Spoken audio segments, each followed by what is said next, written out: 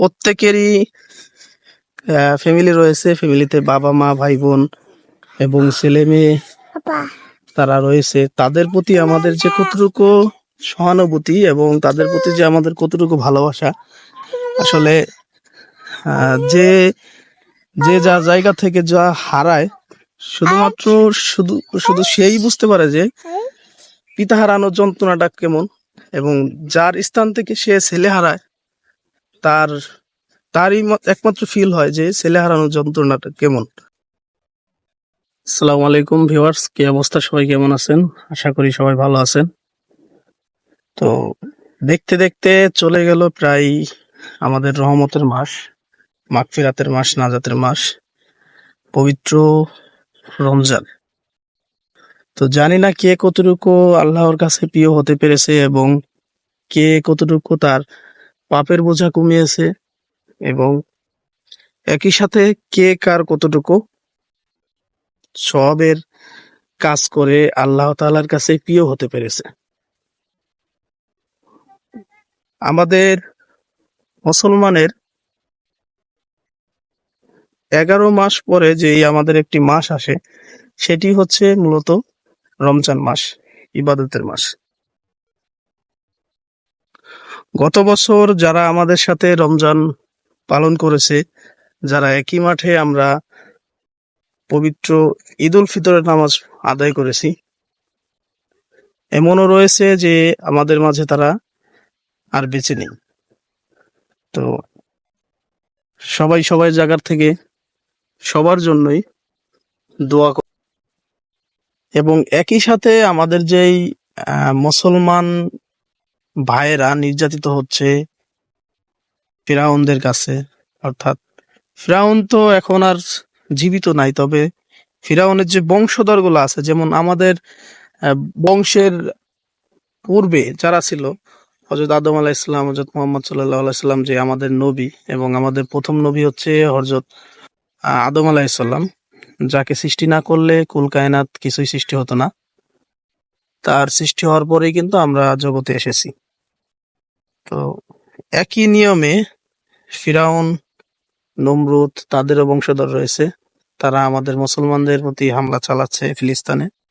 আমাদের প্রত্যেকেরই ফ্যামিলি রয়েছে। ফ্যামিলিতে বাবা মা ভাই বোন এবং ছেলে মেয়ে তারা রয়েছে। তাদের প্রতি আমাদের যে কতটুকু সহানুভূতি এবং তাদের প্রতি যে আমাদের কতটুকু ভালোবাসা, আসলে যে যে যা জায়গা থেকে যা হারায় শুধুমাত্র শুধু শুধু সেই বুঝতে পারে যে পিতা হারানোর যন্ত্রণাটা কেমন, এবং যার স্থান থেকে সে ছেলে হারায় তারই একমাত্র ফিল হয় যে ছেলে হারানোর যন্ত্রণাটা কেমন। তো আমাদের যে ফিলিস্তিনে মুসলমান ভাইয়েরা আছে, তাদের কারো ঘরে নাই খাবার, দিন রাত তাদের ওইখানে গোলাগুলি হচ্ছে। দেখা যায় সকালবেলা একই সাথে একই টেবিলে খাবার খেয়েছে বাবা মা ভাই বোন, কিন্তু বিকালবেলা তাদেরই মাঝে কেউ নাই। এটা কিভাবে নাই হয়ে গেল?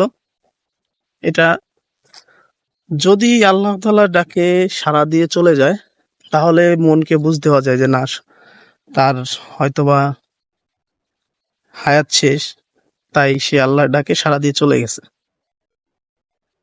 তো মৃত্যুটা আমাদের কাছে এরকমই যে আল্লাহ তাআলা আমাদেরকে দুনিয়াতে পাঠিয়েছে তার ইবাদত করার জন্য, এবং আল্লাহ তাআলা নির্দিষ্ট একটা সময় দিয়েছে যে এই সময়ের পরে আমার সাথে দেখা করতে হবে।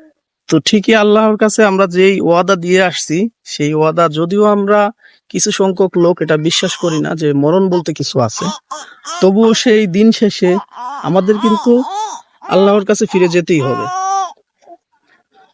তো এখানে আমরা একটা কথাই বলতে চাই যে ফিলিস্তিনের যে মুসলমানদের উপরে হামলা চালাচ্ছে, আমরা বাংলাদেশের লোক যে যার জায়গা থেকে আমরা তার প্রতিবাদ জানাবো, প্রতিহিংসা জানাবো, যেন আশেপাশে যেসব বড় বড় কান্ট্রি গুলো আছে তারা যেন তাদের প্রতিবাদ করে এবং তাদের বিরুদ্ধে অ্যাকশন নেয়, যারা আমাদের ফিলিস্তিনের মুসলমান ভাইদের প্রতি এরকম অত্যাচার করতেছে। আর একই সাথে আমরা বাংলাদেশে যারা আছি তারা যে যার জায়গা থেকে আল্লাহর কাছে দোয়া চাইবো যেন আল্লাহ তাআলা আমাদের মুসলমান ভাইদেরকে তার হেফাজত করে এবং তাদের যে কোনো ভাবে হোক এই ইসরায়েলের হামলা থেকে তাদের রক্ষা করুক। এবং আমরা যারা আর্থিকভাবে একটু ভালো আছি তারা যে যার জায়গা থেকে বিকাশ, নগদ, রকেট, উপায় এগুলো কিন্তু আমাদের বিপদের সময় কাজে আসলেও আবার সেই একই সময় কিন্তু অন্য অন্য দেশের লোকজন যদি বিপদে পড়ে এবং বাংলাদেশের যতগুলো বিপদ যায়, যেমন সিলেটে বন্যা হয়েছে, সেইখানেও কিন্তু আমাদের এই বিকাশ নগদটা হেল্প করছে অনেকেরই ডোনেশন দিয়ে। তো ওই ডোনেশন সিস্টেমটা কিন্তু আমাদের ফিলিস্তিনের জন্য চালু করেছে।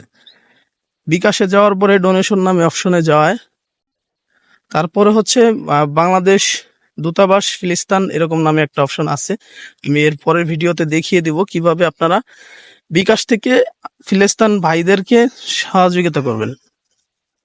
তো আজকের ভিডিও এই পর্যন্তই। আশা করি সবার কাছে ভালো লাগার কথা, কারণ আমাদের এখানে সুখ বিলাসের কথা বলিনি, আমি একটা দুঃখ প্রকাশ করছি। ইনশাল্লাহ যে যার জায়গা থেকে শেয়ার করবেন এবং সবাইকে বিষয়টা জানানোর জন্য আমি অপ্রাণ অনুরোধ করতেছি।